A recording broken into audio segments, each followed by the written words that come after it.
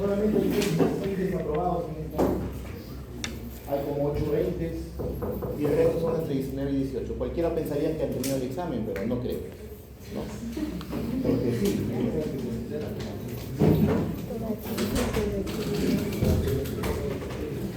Bueno, yo diría así cualquiera porque hay algunos que tienen 6, 5, 20, ¿no? Pero son esforzados.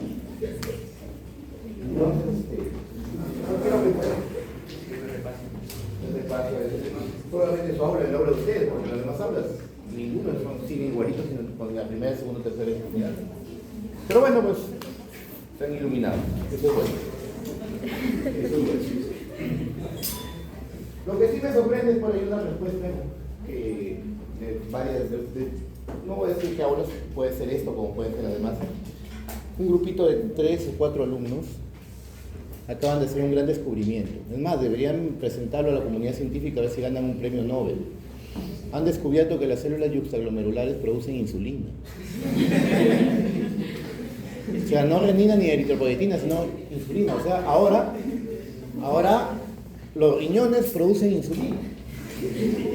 Yo digo, ¿qué les he dicho que lo presenten? Quizá ganen un premio Nobel, ¿no? Pero no es así. Bueno, muy bien. Casi todos de esta aula, estoy hablando de un 99.8%, me han respondido las 5 preguntas para llenar, así, todas. Entonces, podría decir que han tenido más, no podría decir que más.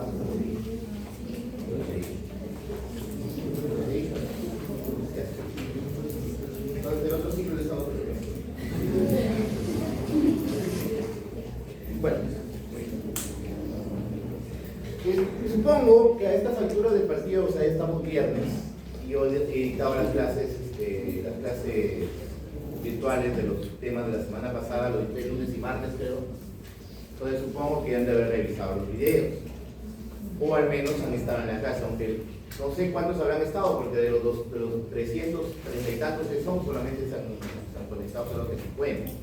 Entonces, si no han podido conectarse, quizá porque a las 10 de la noche tenían clase aquí en la universidad de otro curso, supongo, no han podido conectarse, supongo que han visto el video, porque el video se los ha pasado.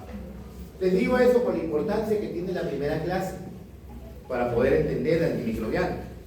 Porque los antimicrobianos ya no estamos, vamos a hablar como los demás fármacos, se actúan, se activan o inhiben un proceso fisiológico. Aquí no. Aquí ya no olvidemos de la fisiología en ese punto. Sino aquí vamos a hablar de otro curso que han llevado, que es mecanismos de agresión y defensa. Es un nombre bonito que los han puesto para ustedes jóvenes que son tiktokers, youtubers, tanta cosa, ¿no?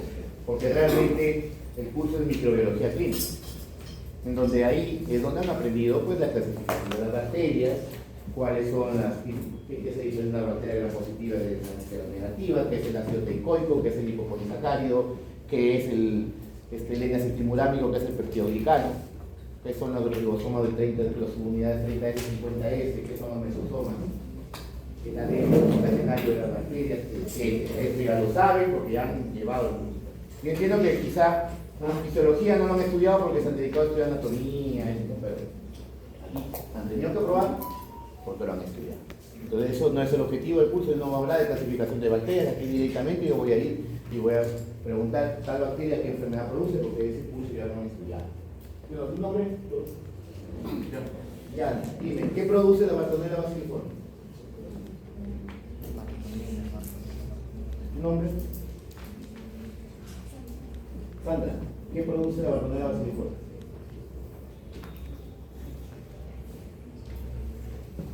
Si Patricia, que está googleando, ¿qué produce la Bartonella bacilliforme?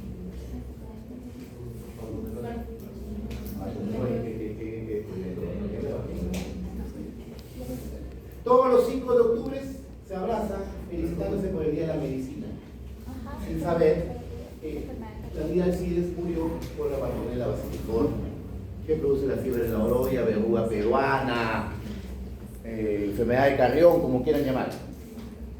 Y eso es pecado para un estudiante de medicina, sobre todo de quinto ciclo, que no sepa. Sobre todo el quinto ciclo digo, ¿por qué? Porque ya han llevado un curso de microbiología. Si no lo hubieran llevado, hubieran entendido. Pero ya lo digo.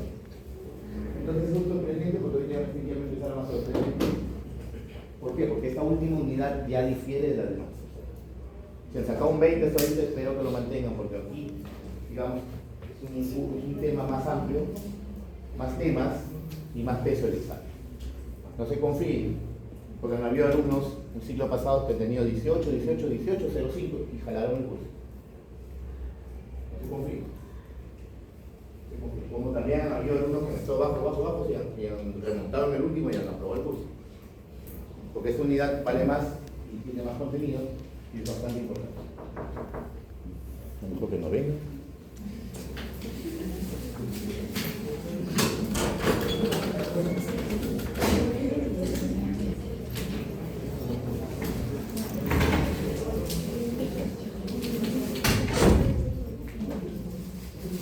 Aparte de eso, de haber llevado el curso y aprendido el curso de microbiología, o sea, mecanismos y defensas, la primera clase que hemos llevado, que se supone que ya lo han visto, es fundamental para entender. Porque aquí ya no vamos a hablar de concentración mínima eficaz, aquí vamos a hablar de concentración mínima inhibitoria. ¿Qué es la concentración mínima bactericida? ¿Qué es el área bajo la curva? Eso vamos a hablar. ¿Qué es espectro, pequeño espectro, espectro ampliado, amplio espectro? Eso ya les expliqué. Entonces, si hacemos explicado, ya no tengo por qué volver a repetir porque vamos a hablar de acá, específicamente de la farmacología. Entonces, el segundo tema que vamos a tocar es conjunto de antimicrobianos, en sí antibacterianos, que son los macrólidos, las lincosamidas, los aminoglucósidos y las inolonas. Nosotros ya hemos estudiado también en la primera clase la clasificación de los antibacterianos de acuerdo a su mecanismo de acción. Tenemos un grupo de antimicrobianos que inhiben, por ejemplo, que inhiben la síntesis de pared bacteriana, otro grupo que altera la membrana plasmática o bacteriana, otros que inhiben la síntesis de ADN y otros que inhiben la síntesis proteica. Y los que inhiben la síntesis proteica van a ver, también se van a subdividir en dos grupos. 30 y 50. Los que actúan en la subunidad 30S y los que actúan en la subunidad 50S. Los que actúan en la 50S tenemos los macrólidos, tenemos el cloranfenicol y la lincosamina. Las que actúan en el 30S tenemos las aminoglucósidos y las tetraciclinas. Así de simple y así de fácil. De todo este grupo de antimicrobianos que inhiben la síntesis proteica, todos son en general bacteriostáticos. Y, digamos, los aminoglucósidos son bactericidas. Es lo importante que tienen que saber. Aquí vamos a empezar con los macrólidos, que son un grupo de antimicrobianos bacteriostáticos de amplio espectro. En sí se le llama macrólido porque es una molécula grande, una molécula macrocíclica, un anillo lactónico, que está, digamos, va dividido de acuerdo al número de carbonos que tiene.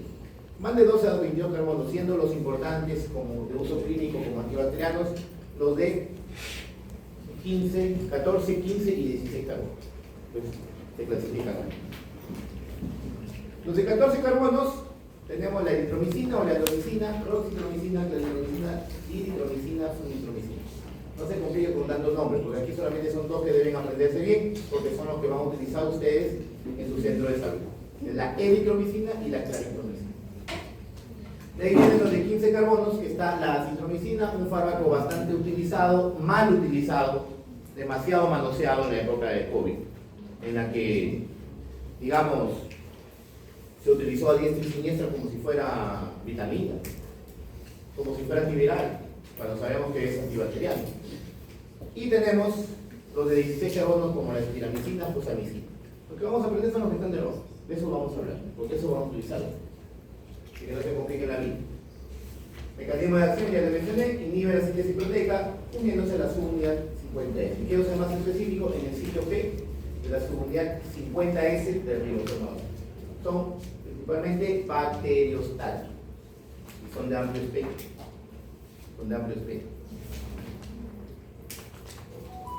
Ahora, otro punto que tienen que saber ustedes, que también ya lo hemos tocado en la primera clase, es acerca de los mecanismos de resistencia bacteriana, que son 5. Entonces, cada antimicrobiano y cada bacteria se va a defender de diferentes formas, de 5 maneras, contra los antimicrobianos. Entonces, en este caso, contra los macrólidos, algunos tienden a ser intrínsecamente resistentes. Es otra clasificación también de los tipos de resistencia, la resistencia intrínseca y la resistencia adquirida. La resistencia intrínseca quiere decir que los microorganismos de por sí son resistentes a ciertos fármacos. Ejemplo, los aminoglucósidos necesitan oxígeno para ingresar a la bacteria. Entonces, ¿qué quiere decir? Que los anaeróbicos, que son microorganismos que no requieren oxígeno, son intrínsecamente resistentes. Otro ejemplo, el micoplasma. El micoplasma no tiene pared celular. Entonces son intrínsecamente resistentes a los beta-lactámicos, a los glucopéptidos, porque ellos actúan inhibiendo la síntesis de la pared celular. Esa es una resistencia intrínseca. Entonces aquí también estos fármacos, los gram negativos, recordad también ustedes en el curso de mecanismos y defensa les han enseñado las diferencias estructurales entre una bacteria gram positiva y gram negativa. Entonces los gram negativos tienen una pared celular mucho más compleja. Entonces es difícil que de la mayoría de los gram negativos la eritromicina pueda atravesarla fácilmente. Tenemos otro, mutaciones que van a provocar alteraciones en el sitio de fijación. Saben que el sitio de fijación es la zona P de la subunidad 50S. Va a tener sobre todo en los Bacillus anthracis, Streptococcus pyogenes, Streptococcus pneumoniae, Mycobacterium avium y otros. Es cruzado también con las nicosamidas que se unen en el mismo sitio. Ojo, como ya le mencioné, yo no me hago problema para hablar nombres científicos de las bacterias, porque eso se supone que ya lo han aprendido en el curso de microbiología. Así que ya saben qué enfermedad produce tal bacteria o a qué grupo pertenece. Eso no está en el objetivo del curso, hablar de bacterias, no de antimicrobianos. Tenemos otro tipo de resistencia, alteraciones del ARN ribosómico de la subunidad 50S, que está ligado al anterior, no al sitio de fijación, sino al sitio de unión del ribosoma. Se vuelve resistente y no va a ser alterado con los macrólidos. Otro tipo de resistencia es inactivación enzimática. Produce ciertas esterasas y fosforilasas que van a degradar a los macrólidos, sobre todo a los de 14 carbonos, siendo difícil degradar a los de 15 carbonos. Y tenemos por último la formación de bombas de flujo. Como bombas de flujo son estructuras proteicas que van a expulsar al antibiótico del citoplasma del microorganismo. Sobre todo se da en Streptococcus pneumoniae, llamado neumococo. Farmacocinética. La eritromicina, digamos que se absorbe parcialmente por efecto del ácido gástrico, motivo por el cual para favorecer la absorción, se ha creado estructuras sales de eritromicina. La más usada es la estolato de eritromicina, que es menos susceptible a la acidez gástrica y su absorción no interfiere con los alimentos. Tenemos el succinato de eritromicina y tenemos el estearato de eritromicina. Y tenemos otra sal, que es el lactobionato, que se utiliza para vía parenteral. Por acá son para vía oral.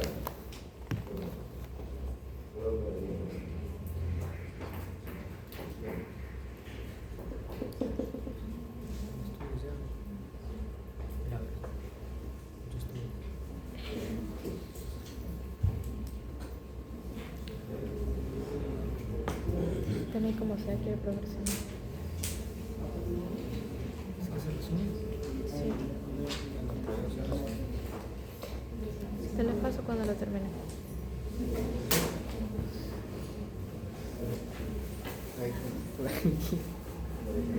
Ahí tengo.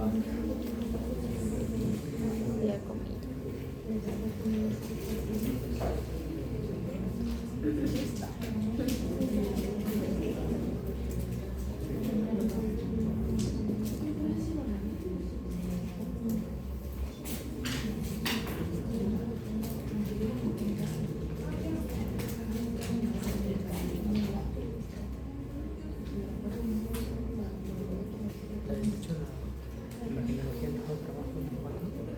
¿Imagen? No he hecho imagen. Es que mi debilidad. No entendí el curso. Voy a seguir aguantando.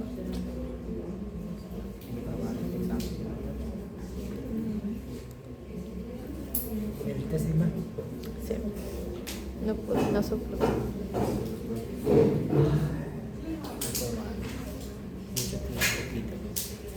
Sí. Y no sé qué notar esto.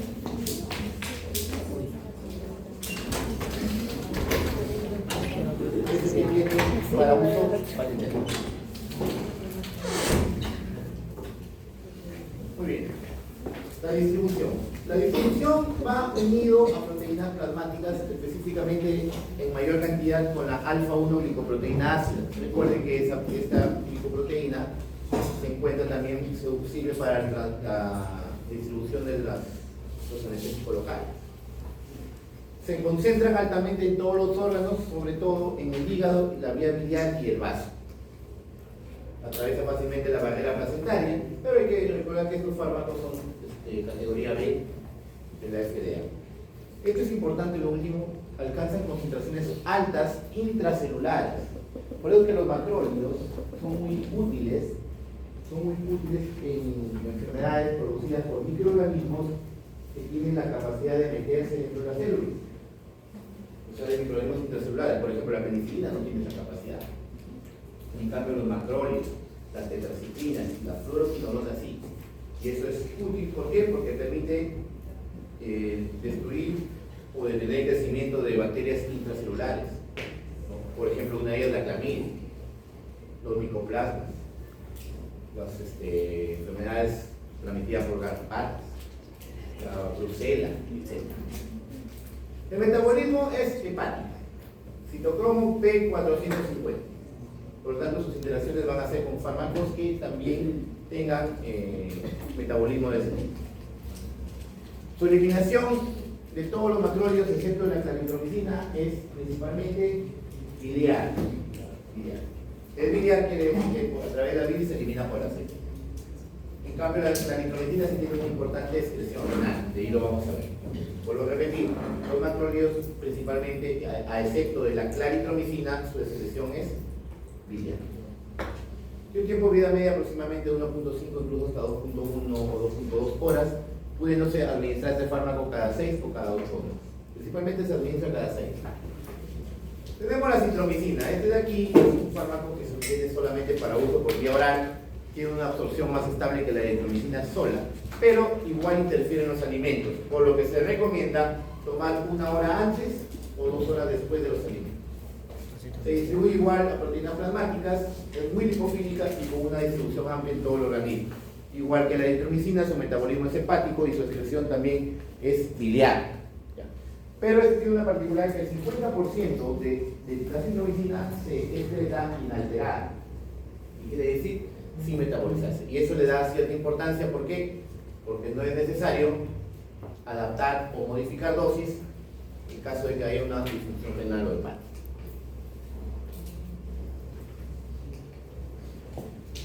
Esta pregunta que hice sobre la angina de pecho insiste en marcarme dimetramina. Nitroglicerina. Está bien claro, ¿verdad? Soy nitroglicerina. La claritromicina para uso oral y también endovenoso. ¿Ya? Se absorbe mucho mejor, ¿ya?, que los demás, tiene más resistencia y medio ácido. ¿Ya? El macrólido con mejor absorción digestiva que tiene y con una disponibilidad del 50% e incluso su biodisponibilidad aumenta en un 25% con los alimentos. Distribuido también se distribuye con un 65 a 75% unido a proteína, principalmente la glicoproteína 1 alfa ácida. Este fármaco, la claritromicina, sí produce un metabolito activo, que es la 14-hidroxiclaritromicina, que también tiene, digamos, cierto tiempo de vida media, lo que le confiere, digamos, que el fármaco pueda administrarse cada 12 horas. Se excreta de forma inalterada en un 30-40% por la orina, ¿verdad? Como les dije hace un momento, de todos los macrólidos es el que tiene mayor componente urinario su excreción. ¿Ya? El resto se elimina por la orina. Tiene un tiempo de vida media aproximadamente 5 horas y su metabolito activo inclusive hasta 8 horas. Ahí están las principales características físico-químicas. Tenemos de la eritromicina, la claritromicina y miren la citromicina. La citromicina, el 15 carbonos, tiene un tiempo de vida media de 40 horas y un efecto postantibiótico también amplio. Por eso es que la acitromicina es un fármaco que le puedes administrar, digamos, una vez al día por 3 días y te confiere protección por un par de días más. Sino que siempre, por ejemplo, tiene una faringomidalitis, ¿cuáles son los fármacos de primera línea? La penicilina. O en todo caso, vía oral, amoxicilina. Sino que hay que tomarla cada 8 horas por 7 días. Entonces, ¿qué es lo que prefieren? Lo más fácil, ¿no? Te van, compran su acitromicina, compran la acitromicina, que tomas una vez al día por 3 días, ¿no? Pero, ¿por qué saltarte? Este es de amplio espectro. No es para una faringomidalitis. O peor aún, ¿no? No, quiero por ampolla más rápido. Ya penicilina, no, pero la penicilina duele. Póngame ceftriaxona endovenosa. Cefalosporina. Y todavía foto para el Facebook. Con tu y con su vino. Y todavía ponte ahí. Dios da batallas a los mejores guerreros. Y lo peor, ¿no? Amiga, amigo, ¿qué te pasó? Hijo. No quiere considerarse como un siempre, amigo. Ahora, ay, quita su foto de WhatsApp.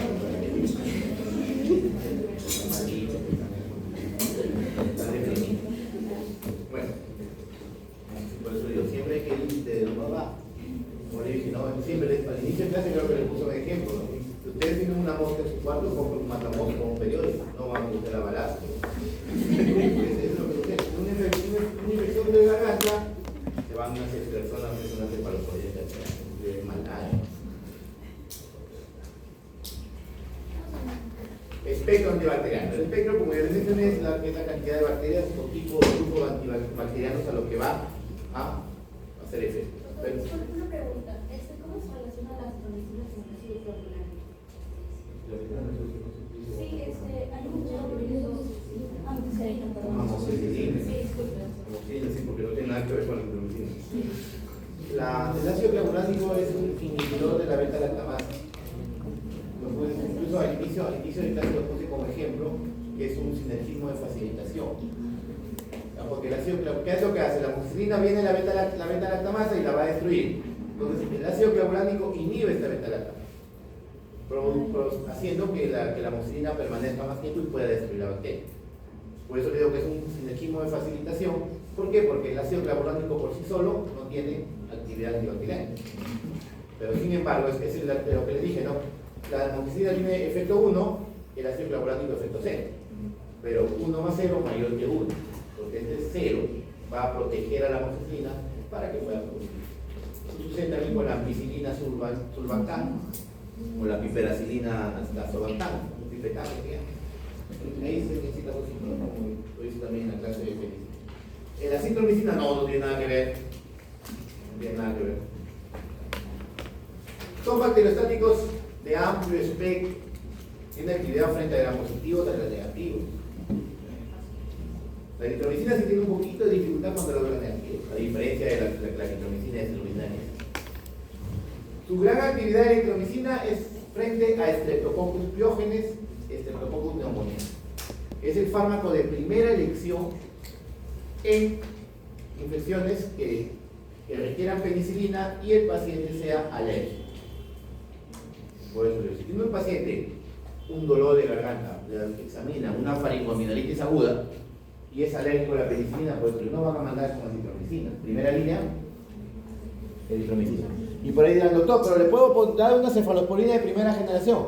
Recordad que la cefalosporina es también un beta-lactámico. Y si es alérgico a la penicilina, tienen hasta un 60% de probabilidad que también sea alérgico a la cefalosporina. Así que mejor evita. ¿Cuál es la alternativa? Eritromicina. Eritromicina. No acitromicina. Porque son un poco gram positivos. ¿Para qué te vas a ir a más? Altamente susceptibles, el Streptococcus pyogenes o el Streptococcus beta hemolítico, el Streptococcus pneumoniae, el Streptococcus viridans, el Corynebacterium diphtheriae, que produce la difteria monocitógenes, el Bacillus anthracis, los Clostridium perfringens, que producen azúcarbuco, el Clostridium perfringens, la gandena gaseosa. Entonces, los gram positivos son más sensibles a la eritromicina. Ciertos gram negativos, como la Neisseria, la Bordetella pertussis, la Brucella, el Campylobacter jejuni, la Xylella neumófila y un 50% de cepas de influenza. Las enterobacterias son prácticamente resistentes. ¿Cuáles son las enterobacterias? Escherichia coli, Proteus, Klebsiella, Shigella, Campylobacter. Este es el único, pero los demás, como les dije, son casi. Otros, como el treponema pálido. ¿Qué produce el treponema pálido? Paludismo. ¿Qué tipo de paludismo? Para abrir la puerta. Sífilis. Paludismo no se produce por una bacteria, por un parásito, por un usuario. No escriba. Pero no es falsíparo. El treponema pálido produce la sífilis, es espiroqueta, igual que la moreña. La moreña microscopio que produce la enfermedad de Lyme es una espiroqueta, al igual que el treponema pálido. Eso les han enseñado el ciclo pasado. La clamidia trachomatis, la clamidia neumófila. La acitromicina tiene un espectro mayor, sobre todo mayor actividad frente a gram negativos, el hemófilo es gram negativo. La acitromicina es el fármaco de elección después de la amoxicilina clavulático, que es de primera línea para la otitis media aguda. Antes era la eritromicina, actualmente se prefiere la acitromicina que la de. ¿Por qué? Porque su acción mayor sobre el hemófilo influencia. ¿Y por qué? Porque la otitis media aguda, sus agentes causales principalmente son tres: la Haemophilus influenza, que es gram negativo, la Moraxella catarrhalis, que es gram negativo, y el Streptococcus pneumoniae, que es gram positivo. Entonces, la acitromicina tiene una mayor actividad, como ven, frente a Haemophilus influenza, sobre Moraxella catarrhalis y sobre Neumococcus Streptococcus pneumoniae. También actividad sobre Neisseria, Bordetella, Clamidia, Mycoplasma. Las neumonías atípicas, que son distintas a las neumonías típicas, son producidas por el Haemophilus influenza y por el Streptococcus pneumoniae. Las atípicas aparecen principalmente por Mycoplasma, por clamidia neumófila. Ojo, la clamidia neumófila es una enfermedad que produce neumonía atípica. La clamidia trachomatis es la que produce la enfermedad de transmisión sexual. ¿Ya? Son del mismo género, pero de especies distintas. Entonces, la clamidia neumófila, que produce, digamos, neumonía atípica, la Mycoplasma pneumoniae, también que produce neumonía atípica, el tratamiento de primera línea son los macrólidos, de preferencia la acitromicina. La Bartonella bacilliformis, que es, digamos, produce la verruga peruana, uno de los esquemas de tratamiento es la acitromicina. También se puede usar las quinolonas, que vamos a hablar después. Tiene menor actividad que la eritromicina frente a Streptococcus pneumoniae, Streptococcus pyogenes. Sin embargo, esto lo compran porque es más fácil de tomar. El Staphylococcus epidermidis tiende a ser resistente y la sensibilidad de Streptococcus viridis es muy variable. Tenemos la claritromicina. La claritromicina también es de amplio espectro, tiene mayor actividad que la eritromicina frente a Staphylococcus y Streptococcus. Y acá nos referimos al Streptococcus pyogenes, porque el Streptococcus pneumoniae es resistente a la claritromicina parcialmente. La mayor parte de las bacterias gram negativas, hablando de enterobacterias, son resistentes. Las enterobacterias ya les mencioné cuáles son. Tiene actividad sobre Haemophilus influenza también, Moraxella catarrhalis, y se encuentra dentro de los esquemas terapéuticos contra el Helicobacter pylori. Recuerdan que se usa amoxicilina, claritromicina, IVPs y sale débil. También tiene actividad frente al Toxoplasma gondii, que es un parásito esporozoario, y se usa junto con la pirimetamina, que es un inhibidor de la síntesis del ácido fólico. Aplicaciones. Ahí miren, por ejemplo, la eritromicina, lo que les mencioné, es más eficaz como alternativa a la penicilina en pacientes alérgicos, en casos de faringoamigdalitis o infecciones por neumonías. Diarrea. Más eficaz contra el Haemophilus influenza es la eritromicina o la acitromicina. Tiene cierta actividad sobre el Helicobacter pylori y la claritromicina que ya mencioné. La meningitis meningocócica por estiramicina, que es un macróleo de 26 carbono. La espiroqueta Borrelia burgdorferi, que produce la enfermedad de Lyme o borreliosis. Tenemos las enfermedades producidas por riquecias, transmitidas por garrapatas, como el tifus crisantemático, la fiebre manchada de las montañas rocosas. Tenemos la bartonelosis peruana, por la Bartonella falciformes o la enfermedad por arañazo de gato, que lo transmite lo que es la Bartonella henselae, que son sensibles también a los macrólidos y también a las tetracitis. En otitis media, como les dije, no, aquí está el Streptococcus pneumoniae, el influenza y Moraxella catarrhalis. El tratamiento es con acitromicina o claritromicina, pero mejor va aquí la acitromicina. Efectos adversos en sí son fármacos bastante bien tolerados. La eritromicina nomás que puede producir dolor abdominal, epigastralgia o sensación nauseosa. Lo que sí que hay que entender ustedes que todos los antimicrobianos, aparte de la posible hipersensibilidad que pueden producir, o sea, alergias, en especial a penicilinas, todos los antimicrobianos pueden producir diarrea. ¿Por qué? Por alteración de la flora intestinal. Recordar que la flora intestinal es bacteria. Entonces, por alteración de la flora intestinal pueden provocar diarreas, todos. Unos más que otros, otros no, pero igual pueden producir. Está ahí dentro de sus reacciones adversas. Si se administra por vía intravenosa, en eso por ejemplo la clorhidrato de eritromicina o la claritromicina, puede provocar tromboflebitis. Y se administra de forma brusca, puede provocar también prolongación del QT, llevando a líneas ventriculares graves como la torcedura de puntas o torsaide contex, que termina conllevando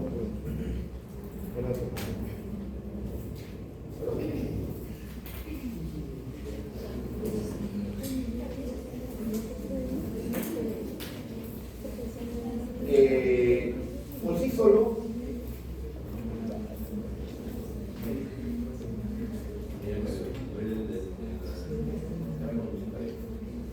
pues tiende a provocar inhibición de la entrada de potasio de los miocardios. Entonces, ha sido igual que lo que ustedes producen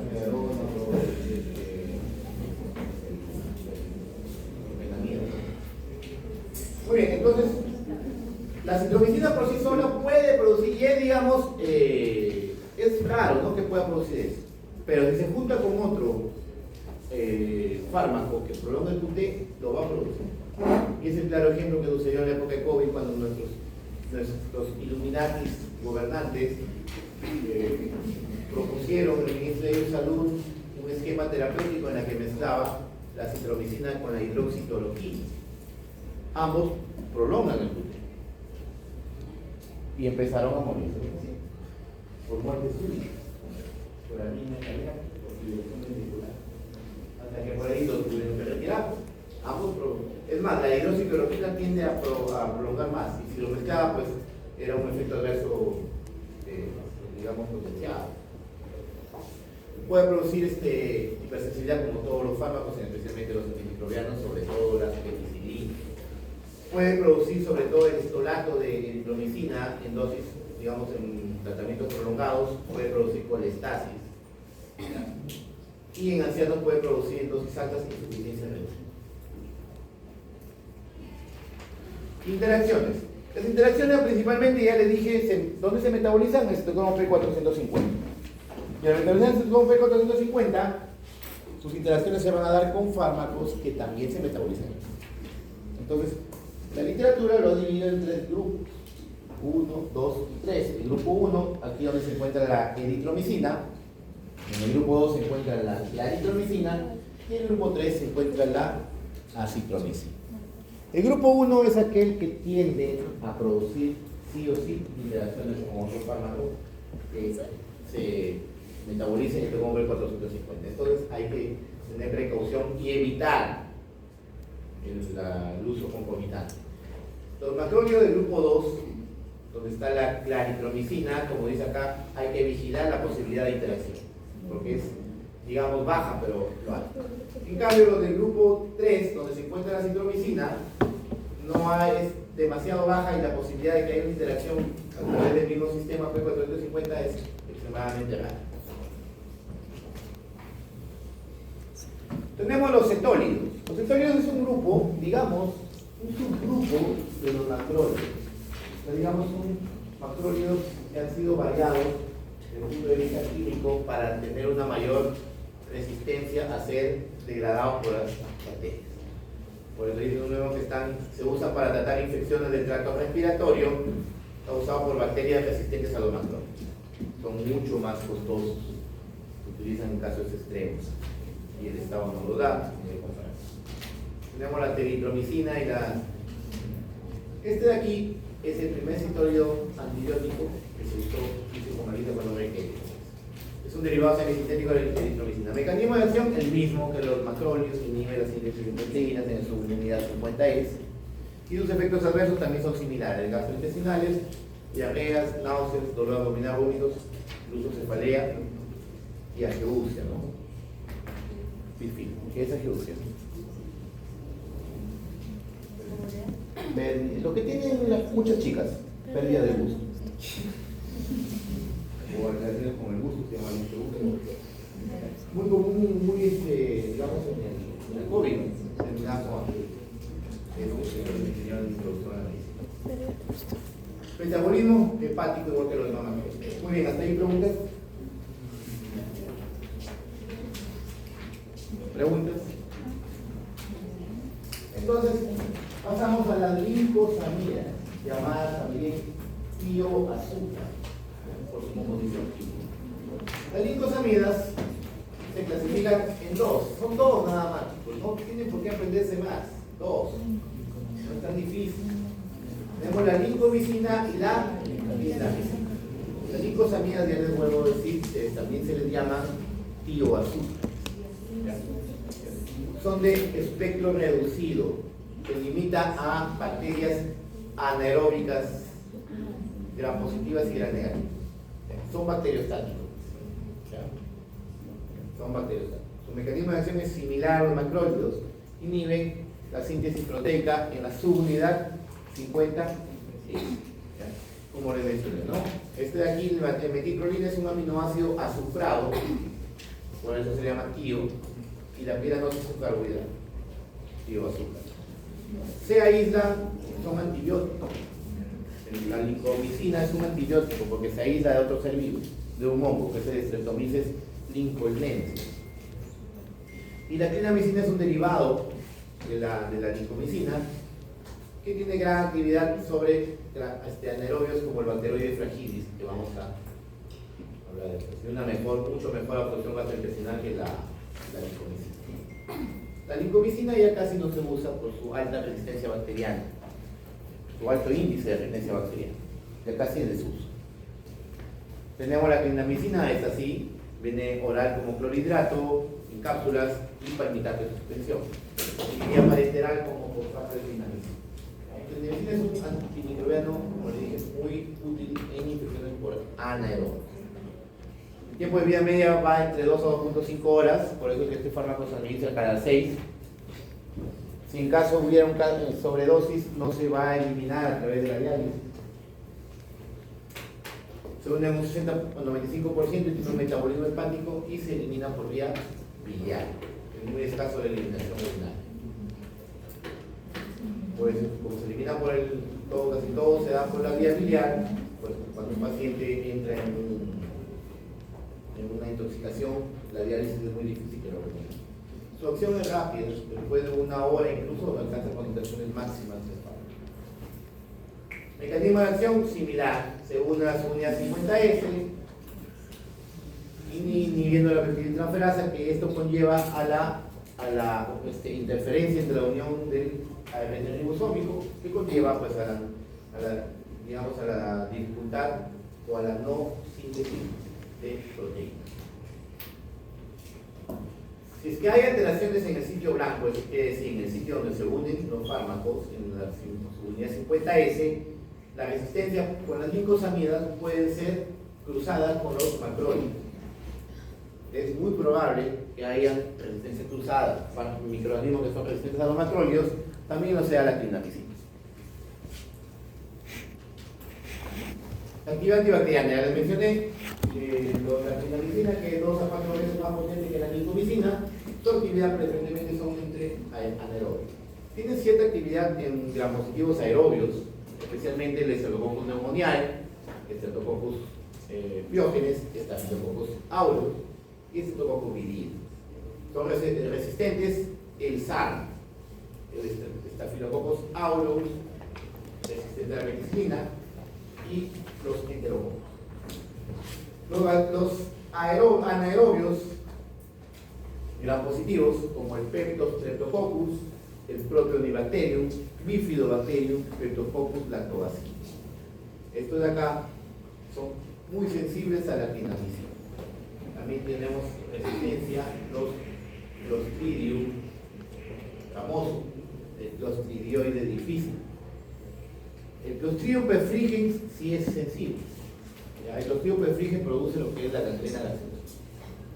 El Clostridioide difícil es el causante de la colitis pseudomembranosa que van a hablar. Son resistentes también. Recuerden que hablamos en la primera clase acerca de lo que es la superinfección bacteriana. Nosotros tenemos la flora intestinal, tomamos clindamicina. Recordar que la mayor cantidad de la flora intestinal es anaerobia. Cuando consumes clindamicina, desapareces a la flora intestinal y queda el clostridioide difícil solo, sin nadie que lo controle su crecimiento y empieza a proliferar y produce una infección llamada colitis pseudomembranosa. Y el tratamiento es con vancomicina. Dentro de los gram negativos, los aerobios gram negativos resistentes. En cambio, los anaerobios gram negativos tenemos las bacteroides fragilis, el Fusobacterium y algunas especies de Veronella. Otros, los parásitos como el Toxoplasma gondii, también el Plasmodium vivax, el Plasmodium falciparum, que son resistentes a la cloroquina y la babesia. Estos de aquí se utilizan también en el tratamiento de estos parásitos, por los suaves. Entonces, aplicaciones terapéuticas, principal, infecciones por anaerobios. La mayoría de infecciones por anaerobios son sensibles a la clindamicina. Infecciones por un aborto séptico, por ejemplo, una perforación intestinal, etc. En caso de Staphylococcus aureus, osteomielitis y artritis séptica, es una alternativa válida a los alérgicos a la penicilina. Siempre y cuando, ¿por qué? Porque la clindamicina tiende a ingresar muy fácilmente hacia el tejido óseo. En caso de absceso cerebral por Staphylococcus aureus, no utilizar porque no va a llegar, no va a penetrar. ¿Sí? También en algunos casos puede sustituir a la eritromicina en caso de pacientes que sean alérgicos a la penicilina. En caso de infecciones parasitarias, ya lo mencioné, toxoplasma, paludismo, babesia. Y tópicamente para el acné, el Fusobacterium, que hemos hablado, anaeróbicos y de Staphylococcus aureus, son los causantes de las infecciones de los forúnculos que salen por el acné. Entonces la clindamicina en crema va bastante bien. Y en caso de reemplazo del metronidazol para el tratamiento de la vaginosis bacteriana, que lo produce la Gardnerella vaginal. Es muy útil la clindamicina. Puede utilizarse en óvulos, cremas, etc. Interacciones. La glucosamida puede interaccionar con los bloqueantes neuromusculares. ¿No recuerdo? La maíz. Dime qué bloqueante neuromuscular no es colesterol. Bueno, que ya lo llevaba el año pasado.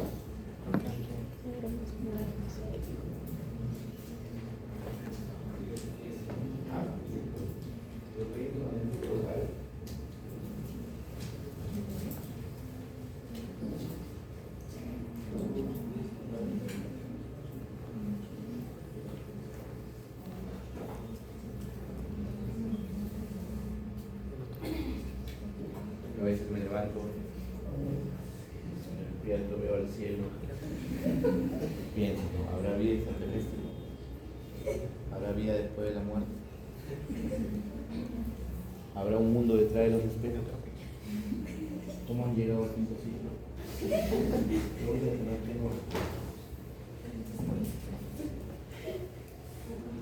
Mercurio, Mercurio, Cisatracurio, Tracurio. ¿Qué hemos hecho ya? Esto que los Imagínense que les preguntan a 12. Con la eritromicina y el clorafenicol no se debe usar juntos. ¿Por qué? Porque actúan en el mismo sitio. Entonces, si los administro juntos, se van a antagonizar. Con antidiarreicos tampoco debe utilizarse porque va a disminuir la absorción oral, sobre todo el eritromicina. Y estos fármacos tienen una peculiaridad, que tienen incompatibilidad físico-química con varios. Por eso es preferible administrar en un frasco de cloruro de sodio solo, sin mezclar con ningún otro fármaco. ¿Por qué? Porque las incompatibilidades físico-químicas se refieren a la inactivación de los fármacos con otros de forma directa o dentro del organismo. Entonces, reacciones adversas. Una de las principales reacciones adversas de la clindamicina es la diarrea. Porque ya les mencioné por qué. Porque como tiene gran actividad contra anaerobios, termina destruyendo gran parte de la flora.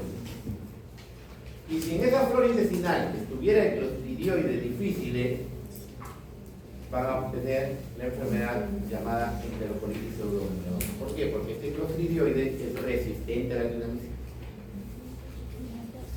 Reacciones de hipersensibilidad, alergias, lesiones maculopapulares, hepatotoxicidad. Es muy raro que produce hepatotoxicidad, pero sí se ha habido un caso de infecciones de tratamiento prolongado. Prurito, vaginitis, neutropenia, y en la infusión endovenosa muy rápida puede provocar hasta el paro cardiovascular. Hay que tener bastante precaución. Algunas reacciones locales con utilización de la medicina tópica, ¿no? O inyectables, puede producir una fiebre intramuscular o tromboflebitis. También se produce. ¿Preguntas hasta ahí?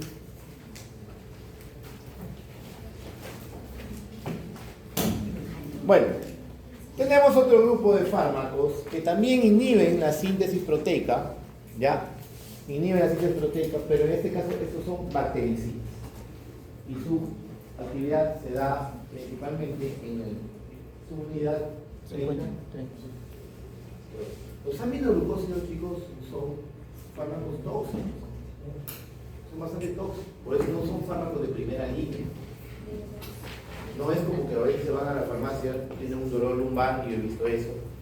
Todavía le dicen al que vende en la farmacia, en la botita, doctor, a veces ni siquiera son farmacéuticos,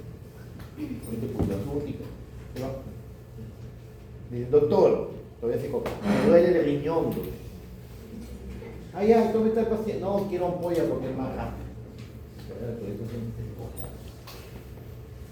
Ah, ya, entonces, deme la máscara. Saca la gentamicina, amicacina, amicacina, un aminoglucósido de uso hospitalario, tóxico. Y junto con eso, diclofenac. Entonces, póngaselo juntos. Se los coloca juntos y al día siguiente el paciente está como nada. Y el paciente no va a decir el diclofenaco me quitó el dolor. Qué buena ampolla que me recetaron. La amicacina es muy buenaza porque me sanó de los riñones. Por eso la veo. Y vuelve a ponerse, y vuelve a ponerse, y vuelve a ponerse, y termina solo. Porque son tóxicos. Entonces, hay que tener cuidado. Estos fármacos no son de primera línea. Otros vienen a su consulta, tiene una infección urinaria sensible, puede utilizarse sulfas, puede utilizarse inolonas, y todavía dice, ya, de receta ciprofloxacino o norfloxacino, que es de primera línea. Doctor, pero en ampolla más rápido, hay gentamicina. Ok, no es así. No es que en ampolla no sea más rápido. La gentamicina viene en ampolla porque no hay en oral. Porque no son todos. Son antibióticos bactericidas con gran actividad contra el enterococos y sobre todo esto, bacilos aerobios, acuérdense, aerobios, gran aerobios, gran negativos. ¿Por qué? Lo dije hace un momento, ¿no? ¿Por qué? Porque estos fármacos, los aminoglucósidos, necesitan de oxígeno para ingresar al cerebro. Entonces, si es una bacteria anaeróbica, no hay oxígeno, por lo tanto no va a poder ingresar. Estas dos son las principales reacciones adversas que puede provocar nefrotoxicidad o ototoxicidad. Y por una administración brusca puede provocar bloqueo neuromuscular, parálisis muscular y la muerte del paciente. Quien aisló fue Wassman la primera aminoglucósido de un hongo llamado Streptomyces cerevisiae, por eso que le llamó Streptomycin. Es el primer antituberculoso que se utilizó. Actualmente ya no está en las guías de tratamiento contra la tuberculosis. Hasta el 2018 todavía estaba. Tenemos otro que deriva de la micronospora, otro hongo, la gentamicina. Sobre todo bacilos aeróbicos gram negativos. Mecanismo de acción, ya lo mencioné, inhibe la síntesis proteica en la subunidad 30S principalmente. Es concentración dependiente, a diferencia de las penicilinas, que es dependiente del tiempo. Los aminoglucósidos es dependiente de la concentración. Los macrólidos también dependen de la concentración, excepto de la citromicina, que depende del área bajo la curva. Si no saben de qué estoy hablando, todos los dichos en la primera clase. Entonces, miren qué dice acá. En aerobiosis, ¿qué quiere decir? En presencia de oxígeno. En presencia de oxígeno. Si no hay oxígeno, el aminoglucósido no puede atravesar la membrana. Miren, esta es una membrana de un gram negativo. Los aminoglucósidos no tienen efecto en los gram positivos, por si acaso. Miren esto, este es un gram negativo. Membrana plasmática bacteriana y la pared celular. Y la pared celular está formada de dos partes, una cadena de peptidoglicano y una membrana externa. Y esta membrana externa que está formada por porinas y una estructura especial que le confiere gran resistencia a las bacterias es el lipopolisacárido. Y tiene gran poder antigénico. ¿Qué quiere decir antigénico? Que va alborotando nuestro sistema inmunológico. Por eso es que las infecciones por gram negativos son más severas que los con gram positivos. Las bacterias gram negativas tienen mayor virulencia que las gram positivas.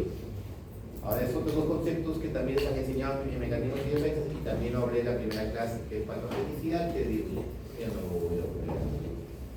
Entonces, una vez que en aerobiosis el aminoglucósido atraviesa la membrana, se une a la subunidad 30S del ribosoma, bloqueando la síntesis proteica.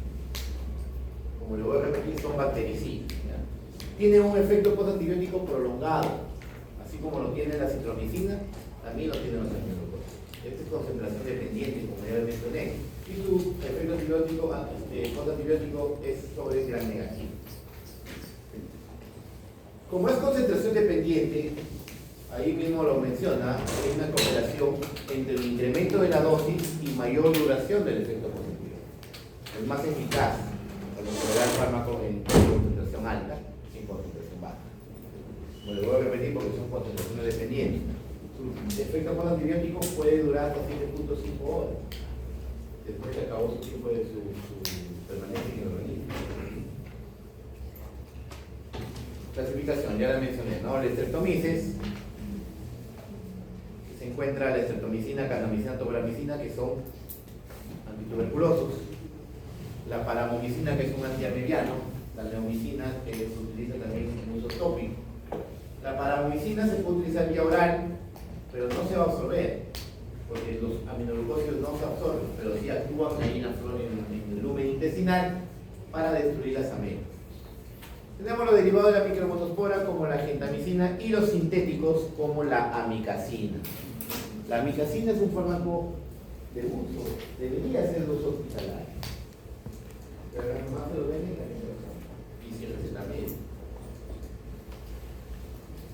Los mecanismos de resistencia que aparecen, bueno, para empezar, la resistencia intrínseca, los microorganismos anaeróbicos son intrínsecamente resistentes a los aminoglucósidos. ¿Por qué motivo? Ya les expliqué.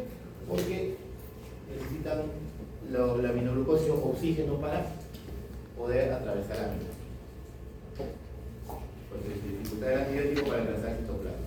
La resistencia bacteria es la que se va apareciendo luego de una exposición. Tenemos por inactivación enzimática, la bacteria produce esterasas o acetilasas para degradar o hidrolizar a la aminoglucosa.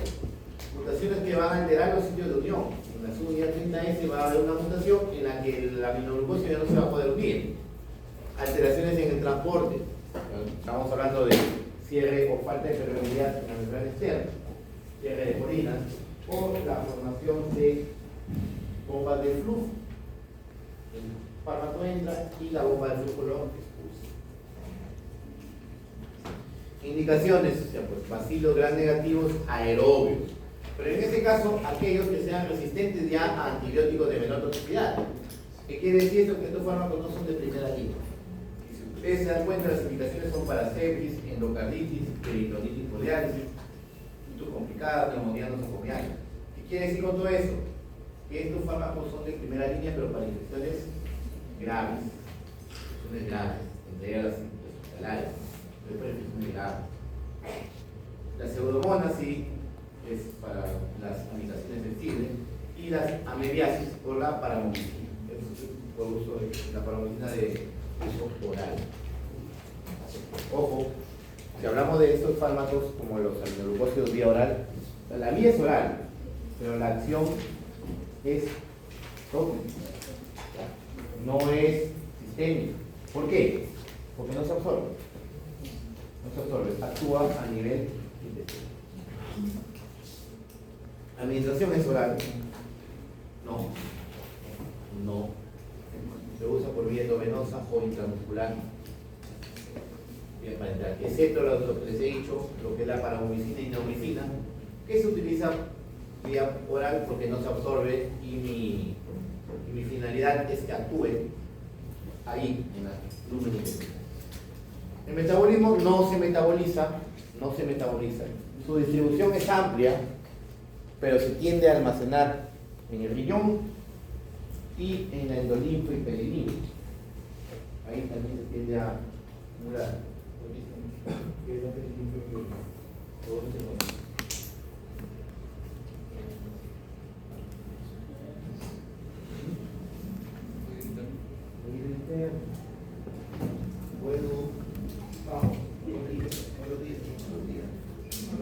¿Cómo llegaba aquí? Perdón, que me escapó. Anatomía, chicos. Anatomía. Muy bien, distribución, ya les dije, oído, riñón. Por eso es que son ototóxicos y nefrotóxicos. Endicocefalorraquídeo, bilis en menor cantidad. Excreción renal en forma activa. Ahí se acumula. Por eso la ototoxicidad y la nefrotoxicidad. Es categoría D en el embarazo, ¿ya? Excepto la gentamicina que se considera categoría C. Muy bien, cuestiones adversas, ya les mencioné. La ototoxicidad, la nefrotoxicidad. Miren, la toxicidad es baja el porcentaje, de 0.5 a 5%. Pero mayormente consideran administración continua. Puede ser coclear o vestibular. E inclusive tiende a ser irreversible. Dice usualmente, o sea, no siempre va a ser bien, pero tiende a ser eso. La nefrotoxicidad sí se da en un porcentaje mayor, entre un 5 y un 20%, donde hay daño en los túbulos renales. Es reversible cuando se suspende. ¿Ya? ¿Por qué? Porque se acumula la corteza, como decía. ¿Quiénes tienen factores de mayor riesgo de toxicidad? La edad avanzada. La edad avanzada. Hay que evitar en lo posible darle a un ancianito o aminoglucosa. Son dos. El sexo femenino, si hay insuficiencia hepática o renal, o la combinación con otros nefrotóxicos como la furosemida, vancomicina o sulfisina. El bloqueo neuromuscular es muy raro. Mayormente se da por infusiones, digamos, bruscas o, digamos, demasiado continuas. ¿Qué va a suceder ahí? Van a impedir la liberación presináptica de la acetilcolina y también van a bloquear ciertos receptores. Estamos hablando de la carga motora, ¿qué tipo de receptores por ejemplo?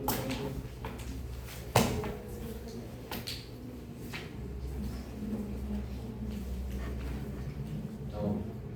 ¿Qué tipo de receptores tenemos en la carga motora? Por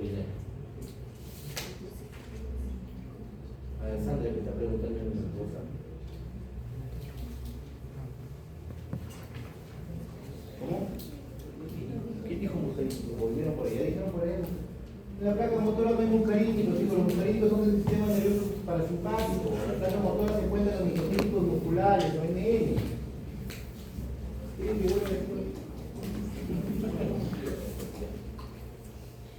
Entonces, ¿qué es lo que hacen? Inhibe la secreción de acetilcolina y también tiende a bloquearse. Por eso es que hay bloqueo de la circulación, que puede ser mortal. ¿Por qué? Porque te produce una parada respiratoria. Y si en ese momento no lo auxilias, se muere. Como cualquier cosa por administración intravenosa rápida o por irrigación peritoneal. Recuerden que el peritoneo absorbe grandes cantidades rápidamente. Y se puede potenciar en pacientes que ya tienen una miastenia grave, una enfermedad neuromuscular.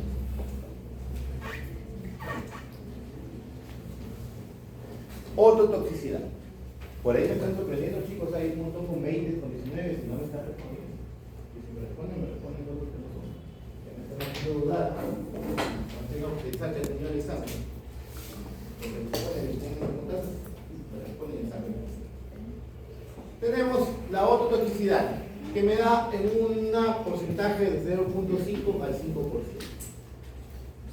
Es bilateral, puede ser vestibular o puede ser coclear. Y ya saben a qué me refiero. ¿Qué me refiero cuando digo vestibular? ¿A qué me refiero? Marcelo, ¿a qué me refiero cuando digo vestibular?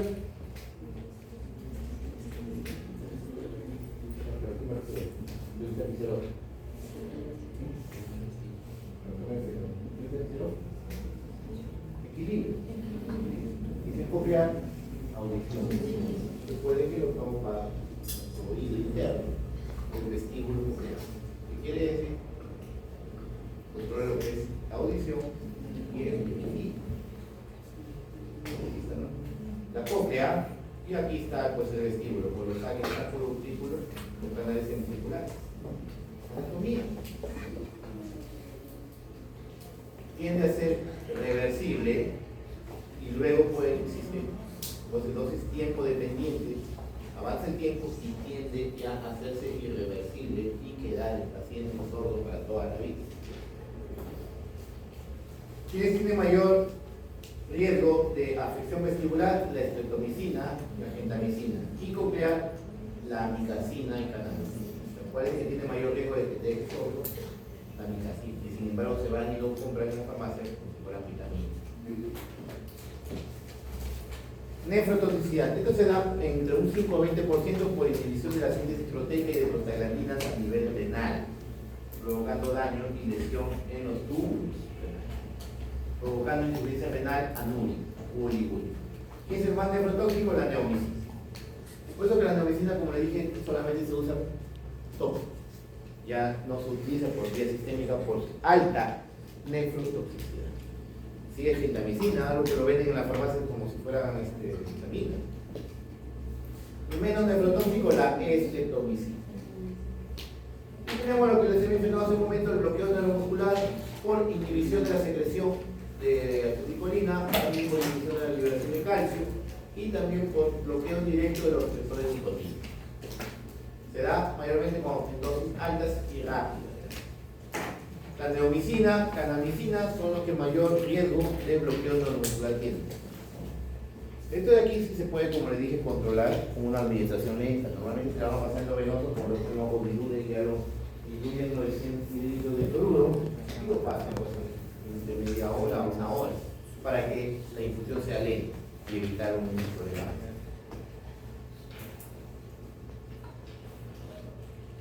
Interacciones. La nefrotoxicidad incrementa si se utiliza con otros fármacos nefrotóxicos, como el metoxiflorano, la anfotericina B, la vancomicina.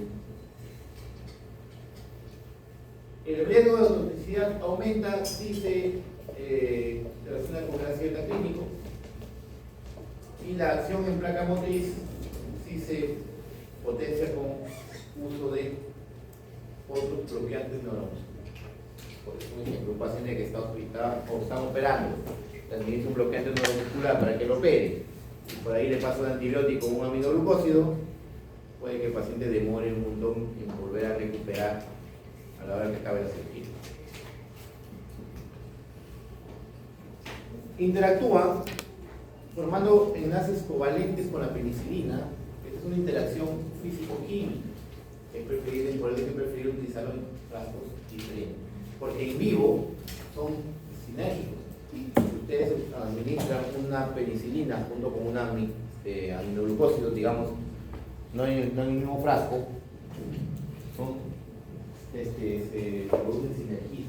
Ambos son bactericidas. Pueden estar en las notas que dice.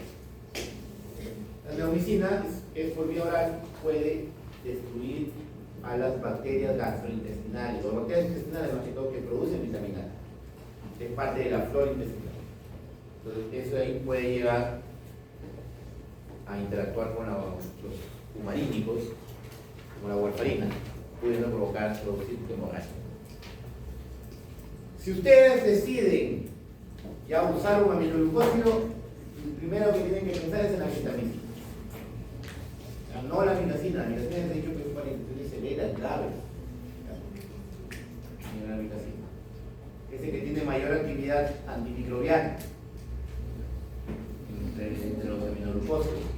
Es resistente a las enzimas que inactiva a los demás aminoglucósidos. Tiene actividad frente a pseudomonas. Aquí están los principales usos terapéuticos y la farmacología, un resumen de todo lo que lo hemos mencionado. Aquí está la gentamicina, aquí está la amilacina. Muy bien, ¿preguntas? Y para terminar, tenemos las quinolonas. Las quinolonas son fármacos sintéticos. Y entonces, son sintéticos, no les podemos decir antibióticos. Se les denomina quimioterapia. Porque un antibiótico es aislado de otro ser vivo. En cambio, los quimioterápicos son sintetizados. Las quinolonas, en 1962 se formó o se produjo, se sintetizó la primera quinolona llamado ácido nalidíxico. Pero rápidamente llegan a producir resistencia. El ácido nalidíxico es un derivado de la cloroquina, que es un antipalúdico. Entonces, más adelante, al ver que aparecía las resistencias, aparecieron las de segunda generación, que ya no se llaman quinolonas, sino fluoroquinolonas. ¿Por qué? Porque agregan un átomo de flúor a su estructura.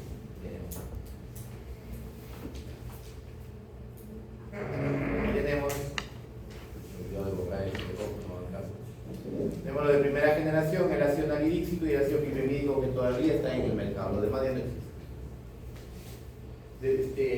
Cuando aparece resistencia acá, se puede utilizar lo de segunda generación, como el ciprofloxacino, el norfloxacino. Miren todas las bacterias, aparte, bacterias gram negativas, aparte de estas que ven aquí, también tienen actividad sobre pseudomonas, sobre todo el ciprofloxacino. Los de tercera generación, llamados fluoroquinolonas respiratorias, tienen mayor actividad sobre bacterias que provocan infecciones respiratorias. Aquí se lleva el levofloxacino, que van a encontrar ustedes aquí en la farmacia. Y los de cuarta generación, de muy amplio espectro, que tienen también actividad sobre anaerobios. Tenemos el gatifloxacino y el moxifloxacino, que tenemos acá en nuestro país, pero son altamente costosos. El mecanismo de acción es inhibiendo, lo que en sí, en conjunto, inhibe la síntesis de ADN, pero después salen por ahí, pero ni cómo, inhibiendo ciertas enzimas, las topoisomerasas. Si la infección es por un gram negativo, ellos se llama la topoisomerasa 2, o sinónimo llamado ADN girasa. ¿Ya? ADN girasa. En el caso, digamos, es un gram positivo, inhibe la enzima topoisomerasa 4. Entonces, es complejo. La unión de la quinolona con cualquiera de estas dos enzimas van a provocar una ruptura del ADN, llevando a la lisis bacteriana, a la muerte. Los mecanismos de resistencia mayormente se da por disminución de la permeabilidad y por la aparición de bombas expulsoras o bombas de flujo. Así es las principales, digamos, mecanismo de resistencia hacia la fluoroquinolona. Miren, aquí tenemos el norfloxacino, que eso sí lo vamos a utilizar sí o sí en el centro de salud. Tenemos el ciprofloxacino y el levofloxacino. Se dan cuenta que hay todas las características farmacocinéticas distintas entre uno y otro. Alcanzan concentraciones elevadas, atraviesan la barrera hematoencefálica, también la barrera placentaria, y se acumula en la próstata. Estos fármacos, por si acaso, las quinolonas, están contraindicadas en el embarazo. Algunos consideran categoría C, pero hay otra literatura que lo considera categoría D. Es mejor no darla. ¿Por qué? ¿Cuál es la principal acción en el embarazo que produce? Disminución del crecimiento óseo, retraso del crecimiento óseo en los niños, en efecto. Pero no se utiliza. Si tiene una infección y piensas darle una quinolona, puede derrotar con otro fármaco que sea más quinol. Muy útil en caso de prostatitis, porque se acumula en el tejido prostático.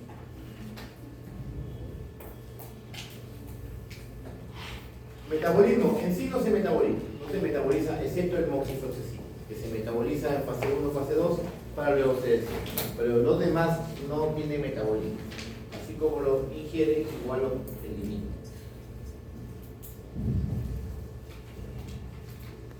Miren, las vías de eliminación, o sea, la excreción, vía renal, el levofloxacino. Vía no renal como la biliar, tenemos el moxifloxacino, y eliminación mixta, eso quiere decir tanto renal como biliar, el norfloxacino y el ciprofloxacino, que no figura. Entonces varía bien su excreción de acuerdo al tipo de fármaco. La vida media, en caso de utilización renal severa, aumenta. Ya, en utilización renal severa, aumenta la vida media. Entonces, ¿qué conlleva eso? A cambios y ajustes en la dosis. Aquí para que tenga una referencia, porque dosis no lo puedo buscar. Solamente el concepto, ¿no? Que el tiempo de vida media aumenta cuando hay una insuficiencia renal severa.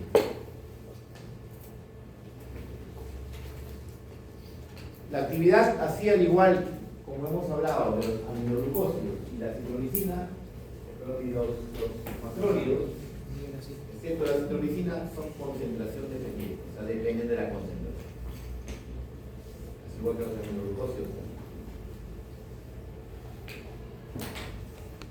Acá tiene un prolongado efecto postantibiótico, así al igual que lo tienen los aminoglucósidos y lo tienen los macrólidos.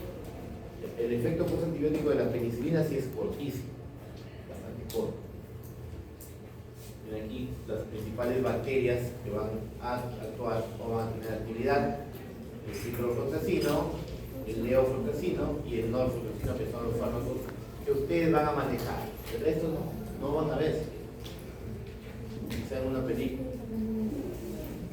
Pero los que vamos a usar son estos: norfloxacino, ciprofloxacino y a lo mucho el levofloxacino. El resto no lo distribuyen. Interacciones: evitar la administración con antiácidos que contengan aluminio, magnesio o calcio, inclusive los sales de hierro. Como dice el biofenol, disminuyen cuando se coadministran con esto de acá, la flecha hacia abajo.